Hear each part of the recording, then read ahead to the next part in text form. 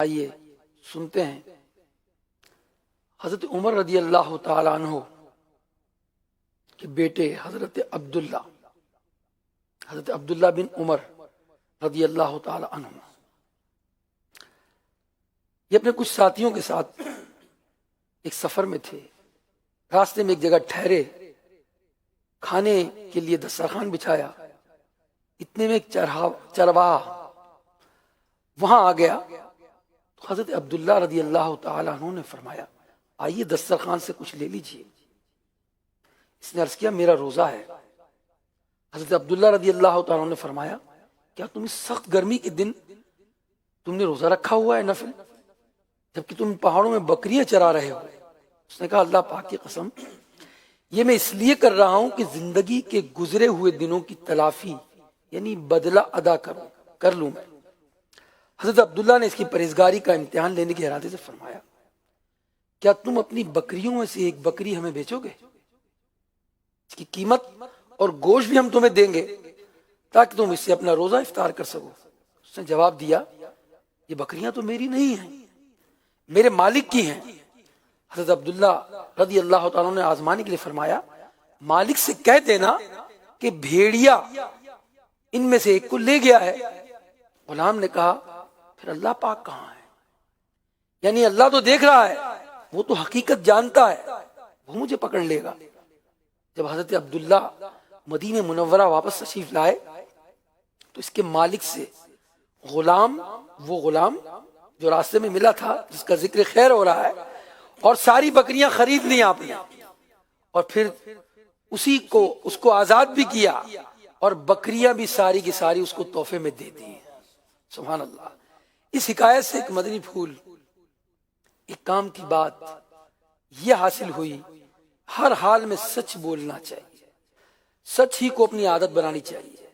بسا اوقات سچائی کی ایسی قوت اور برکت ظاہر ہوتی ہے کہ عقل حیران ہو جاتی ہے، جیسے کہ ابھی ہم نے سنا۔ لہذا عقل مندی یہی ہے کہ سچوں کی پیروی کی جائے، سچ بولنے کی عادت بنائی جائے اور سچے لوگوں کے ساتھ رہا جائے۔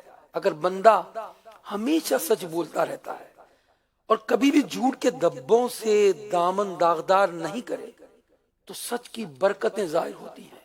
حضرت مالک بن دینار فرماتے ہیں کہ جس طرح کھجور کے پودے کی ابتدا، کھجور کا جو پودا ہوتا ہے کتنا لمبا ہوتا ہے، کتنا اونچا ہوتا ہے اور کتنا مضبوط ہوتا ہے، مگر جب اس کی ابتدا ایک ٹہنی سے ہوتی ہے اس وقت ٹہنی اتنی کمزور ہوتی ہے جب اس پودے کو لگایا جاتا ہے کہ ایک بچہ بھی اسے اکھیڑ لے، ایک بکری اس کو کھا لے، اس کی جڑ کو ختم کر دے، پھر اس ٹہنی جو بالکل اتنی کمزور ہوتی ہے اس کی نشو نما کی جاتی ہے، اس کو پانی دیا جاتا ہے تو ایک مضبوط جڑ بنا لیتی ہے۔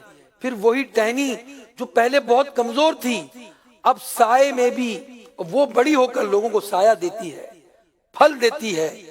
اسی طرح سچائی بھی ابتداً دل میں کمزور ہوتی ہے، بندہ اس کی حفاظت کرتا ہے، دیکھ بھال کرتا ہے، جھوٹ سے بچتا ہے، سچ کے پودے کو پروان چڑھاتا رہتا ہے۔ اس کی حفاظت کے سبب اللہ پاک سچائی کی مضبوطی اسے عطا فرماتا ہے اور سچ بولنے والے پر اپنی برکات نازل فرماتا ہے۔ پھر یہ سچ بولنے اور سچائی کی حفاظت کرنے کی وجہ سے بندہ اس مقام پر پہنچ جاتا ہے کہ اس کا کلام خطا کاروں اور گناہ گاروں کے بیماروں کے لیے دوا کا کام کرتا ہے۔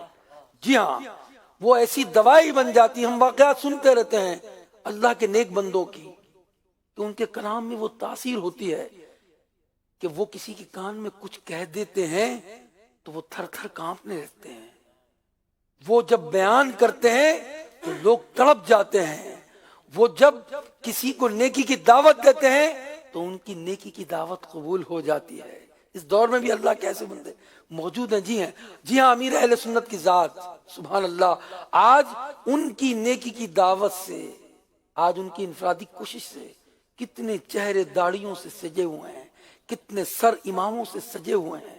تو جو سچ بولتا ہے، جو سچائی کو اپناتا ہے، اس کی زبان میں تاثیر پیدا ہو جاتی ہے۔ حضرت مالک بن دینار نے اپنے متعلق پھر خود ہی اپنے آپ سے فرمایا، کیا تم نے ایسے لوگوں کو دیکھا ہے جو اس مرتبے پر فائز ہوئے؟ پھر خود ہی فرمایا، کیوں نہیں، خدا کی قسم ہم نے ایسے لوگوں کو دیکھا ہے۔ ان لوگوں میں حسن بصری بھی ہیں، ان میں سیدنا سعید بن جبیر رحمت اللہ علیہ بھی ہیں، اور ایسے اور بھی خوش نصیب افراد ہیں کہ جن کے کلام سے ہزاروں لوگوں کو زندگیاں اللہ تعالیٰ بخشتا ہے، اور ان کے کلام سن کر اللہ پاک کی رحمت سے ہزاروں افراد برائی کا راستہ چھوڑ کر نیکی کی شاہراہ کے مسافر بن جاتے ہیں۔ تو یہ سچ کی بڑی برکتیں ہیں، جو سچ بولتا رہتا ہے وہ اعتماد پا لیتا ہے۔ جھوٹ جو بولتا ہے اس کا اعتماد ختم ہو جاتا ہے، چاہے وہ سیٹھ ہو چاہے وہ ملازم ہو۔ جی ہاں، قرآن پاک میں بھی سچ کے متعلق ارشاد فرمایا، چنانچہ قرآن مجید میں فرمایا، ھذا یوم ینفع الصادقین صدقہم، یہ ہے وہ دن جس میں سچوں کو ان کا سچ کام آئے گا۔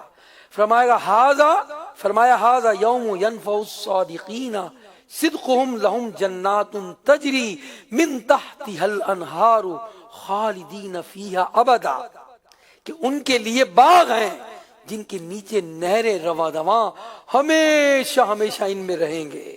کن کے لیے فرمایا؟ یہ وہ دن جس میں سچوں کو ان کا سچ کام آئے گا۔ مفسر قرآن علامہ اسماعیل حقی اس آیت کریمہ کے تحت جو کچھ ارشاد فرمایا اس کا خلاصہ ان مدنی پھولوں کی صورت میں یوں بیان کیا گیا کہ سچ بولنے والوں کو قیامت کے دن سچ نفع دے گا، اور دنیا میں بولا جانے والا جھوٹ اور ریاکاری قیامت کے دن اسے کوئی نفع نہ دے گی بلکہ الٹا اسے پھنسا دے گی۔ تو عقل مند انسان کو سچائی کے راستے پر چلنے کی کوشش کرنی چاہیے۔ جی ہاں، سچائی کو اختیار کرنا بندے کو نیک اعمال کی طرف راغب کرتا ہے۔ قرآن میں ایک جگہ اور ارشاد فرمایا، کونوا مع الصادقین، سچوں کے ساتھ ہو۔ مفتی قاسم دامت برکات العالیہ نے کونوا مع الصادقین کی شرح کرتے ہوئے صراط الجنان میں لکھا، یعنی ان لوگوں کے ساتھ ہو جاؤ جو ایمان میں سچے ہیں، جو مخلص ہیں، جو رسول اللہ کے اخلاص کے ساتھ تصدیق کرتے ہیں۔ تو میرے پیارے میٹھے اسلامی بھائیوں، حاضرین اور مدنی چینل کے ناظرین، آیت اور اس کی تفسیر سے معلوم ہوا کہ اچھوں کے ساتھ ہونا چاہیے اور ان کی صحبت اختیار کرنا چاہیے۔ کس کی صحبت؟ جو پرہیزگار ہیں، جو سچ بولنے والے ہیں، جو جھوٹ سے بچتے ہیں، جو شریعت مطہرہ پر عمل کرتے ہیں، جو نماز روزے کے پابند ہیں، ایسے لوگوں کی صحبت اختیار کریں۔ اور جو جھوٹ بولتے ہیں، جو شریعت مطہرہ کی پابندی نہیں کرتے، شریعت کی راہ پر نہیں ہے، ایسوں کو دوست نہیں بنانا چاہیے۔ امام جعفر صادق فرماتے ہیں 5 قسم کے آدمیوں کی صحبت اختیار نہ کرو۔ وہ کون ہے؟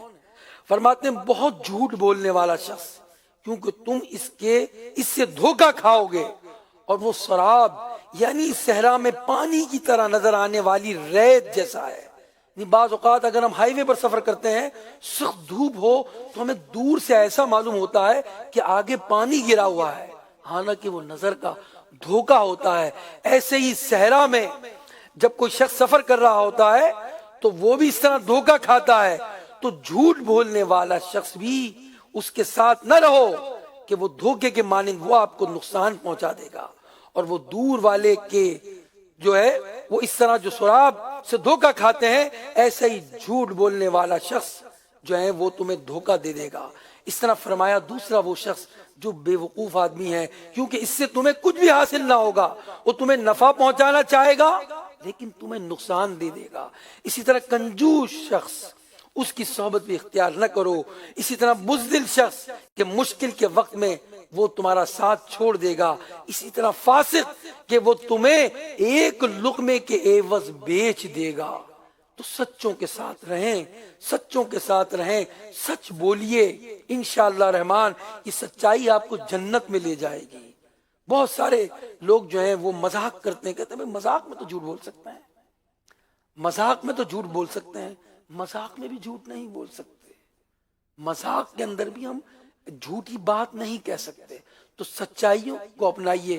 بعضوں کو دیکھا ہے کہ ٹیلی فون پر ہوتے ہیں، خواہ میں جھوٹ بول رہے ہوتے ہیں دوستوں کے ساتھ۔ کسی دوست نے فون کیا، کہاں جا رہے ہو جناب؟ اب بھائی آپ اگر بیان کر دیں دوسرے دوستوں کو، اگر نہیں بیان کرنا چاہتے تو منع کر دیں، جھوٹ نہ بولیں۔ کوئی اپنی بیوی سے جھوٹ بول رہا ہے، کوئی اپنے دوستوں سے جھوٹ بول رہا ہے، کوئی اپنے سیٹ سے جھوٹ بول رہا ہے، وہ اس سے پوچھتا ہے اس وقت کہاں ہو؟ وہ کہتا ہے میں فلاں جگہ پر ہوں، حالانکہ اس جگہ پر نہیں ہوتا۔ ملازم سیٹ سے جھوٹ بولتا ہے، سیٹ ملازم سے جھوٹ بولتا ہے۔ یہ جھوٹ ایسا نہ ہو کہ جہنم کی گہرائی میں ہمیں ڈال دے۔